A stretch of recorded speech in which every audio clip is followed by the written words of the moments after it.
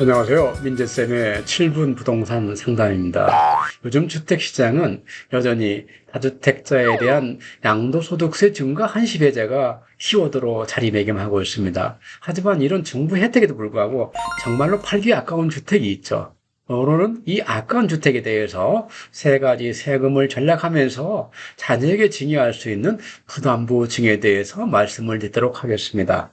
이 부담부 증여는 쉬운 듯 하면서도 어려운 내용도 내포하고 있기 때문에 끝까지 집중하여 주시기 바라겠습니다. 여기 증여자가 있습니다. 이 증여자는 자기 자녀인 수증자에게 시가 20억 상당의 건물을 증여하고자 합니다. 그런데 이 건물에는 보증금 또 대출금 10억의 채무가 있습니다.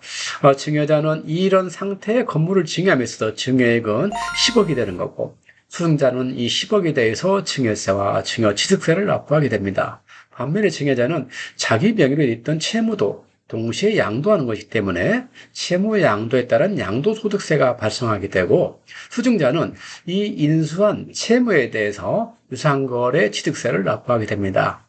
정리해서 말씀드리면 부담부 거래라는 것은 자산을 증여함에 있어서 증여자 명예의 채무도 동시에 증여하는 계약이다. 이렇게 말씀드리겠습니다.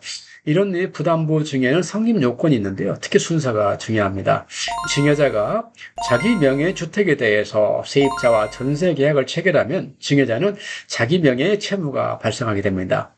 증여자는 이런 상태의 주택을 수증자에게 증여하기 위해서 계약을 할 때 이 계약이 바로 부담부 증여 계약인데, 여기서 주의할 점은 바로 순서입니다. 즉 부담부 증여 계약 이전에 증여자 명의 채무가 존재해야 된다는 것입니다.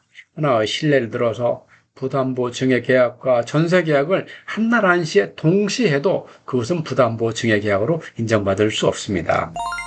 이 부담부 증여 계약에 의해서 수증자는 증여자의 채무를 인수받게 되고, 만기 시에는 수증자가 직접 채무를 상환하게 되는 것이죠. 여기에 하나 더해서 과세당국은 수증자의 채무 상환 능력과 상환 의지도 굉장히 중요하게 보고 있다는 걸 알려드립니다. 이 부분은 뒤에 가서 추가 설명을 드리도록 하겠습니다.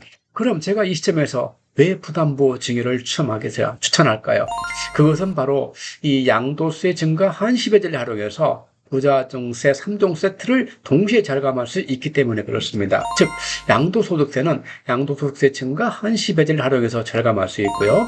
종부세는 증여를 통해서 주택수가 감소함에 따라서 과표가 낮아지고 또 세율도 변경될 수 있기 때문에 그만큼 종부세 절감이 가능한 것이죠.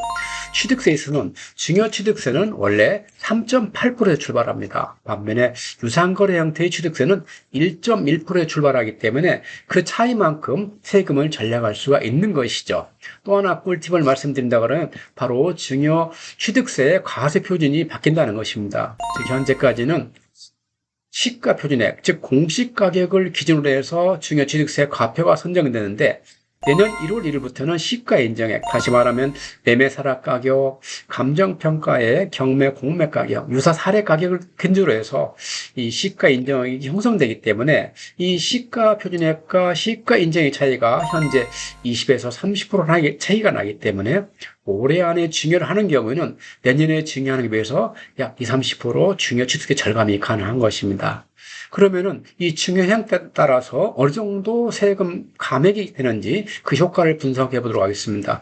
그 효과를 분석하기 앞서 전제 조건이 필요한데, 먼저 양도가액이 20억이고 취득가액이 10억, 공시가액이 14억이고 전용면적이 84평방미터, 수증자의 자녀는 무주택 자녀이고요, 성인입니다. 전세가가 10억 설정되어 있고, 증여자는 조정구역 2주택자이면서 15년 보유한 주택입니다. 먼저 이 주택을 순수하게 증여했을 때 총 납부세액은 7억 9천여만 원입니다. 즉 8천만 원 깎게 되는 것이죠. 반면에 부담부 증여할 때는 두 단계를 거치게 되는데, 그 이유는 부담부 증여에서는 증여액이 15억에 불과하게 됩니다. 따라서 이 20억에 맞추기 위해서는 추가로 현금 10억 증여가 필요한데, 현금 증여에서는 취득세가 없다는 것이 바로 거래 비용을 낮출 수 있는 장점이 있다겠습니다. 따라서 이런 부담부 증여를 통해서 20억 증여했을 때는 총 증여 납부세액이 6억 9천만 원에 달합니다. 마지막으로 세 번째 비교 사례는 총액 20억을 증여해서 증여자로 예금 주택을 구입해서 취등록하게 했을 때 비용입니다. 약 7억 80만 원이 소요됩니다. 결론적으로 말씀드리면은 순수 증여에 비해서 부담보 증여는 약 1억 정도 절세 가능하고 현금 20억 증여로보다는 약 500만 원 정도 절감이 가능한데 현금 20억을 증여했을 때는 과세당국에 노출될 위험이 있을 뿐만 아니라 핵심 지주택을 자기가 새로 구입해야 된다는 그런 어려움이 있을 수 있죠. 따라서 현 단계에서 부담보 증여가 가장 유용한 경쟁력이 있는 재테크 수단이라고 말씀드릴 수 있습니다. 그런데 이 부담보 증여는 꼭 지켜야 될 주의사항들이 있습니다. 첫 번째는 바로 그 상환 능력 여부입니다. 수증자가 상환 능력이 없을 경우는 그 전체를 증여로 보기 때문에 증여세가 급증할 수가 있습니다. 수증자가 일정한 소득이 없거나 또 수입이 없거나 재산이 없는 경우는 부담보 증여에 대해서는 좀 더 세밀한 검토가 필요하겠습니다. 또 채무가 보증금이 아니고 대출금 형태일 때는 대출금에 대한 승계가 가능한지 사전에 확인해 둘 필요가 있고요. 우리가 취득세에 있어서는 증여 부분 취득세는 증여자의 주택수에 따라서 증가 여부가 결정됩니다. 즉 증여자가 조정 2주택 이상일 때는 그 조정구역에서 공시가격 3억이 넘어가는 주택을 증여할 때는 증여취득세가 12.4% 올라가기 때문에 굉장히 조심할 필요가 있습니다.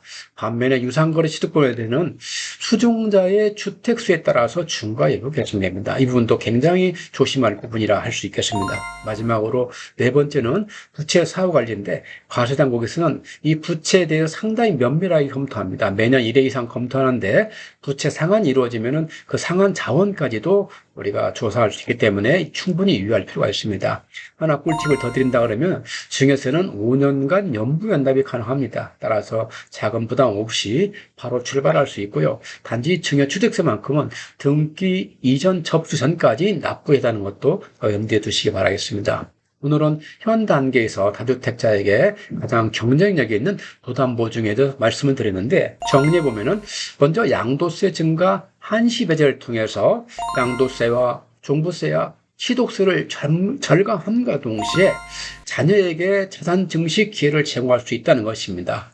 만약에 하나 더 물어보신다면은 이 부담보 증여는 그 증여 시기를 금년 3, 4분기부터 연말 사이에 하는 것이 가장 좋은 타이밍이라고 추천드리도록 하겠습니다. 오늘 또 시청해 주셔서 감사하고요. 부동산이나 세금에 대해서 궁금할 때는 언제든지 부담 없이 전화 주시기 바라겠습니다. 감사합니다.